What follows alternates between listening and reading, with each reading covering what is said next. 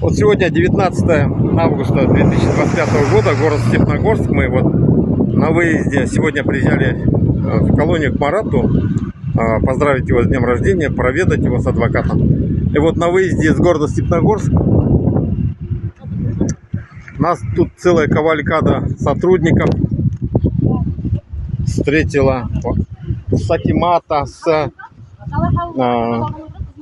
прокуратуры, ГАИ и сотрудники полиции приехали и пытаются привлечь нас к административной ответственности за то, что мы якобы в городе Степногорск прошли сегодня улицу в неположенном месте. Я считаю, это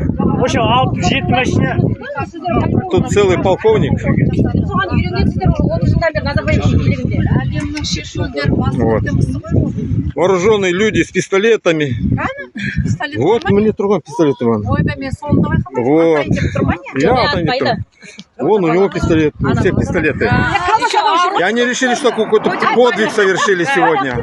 Задержали нас и пытаются привлечь нас к административной ответственности за то, что мы... Это мы считаем, это психологический давка бізге.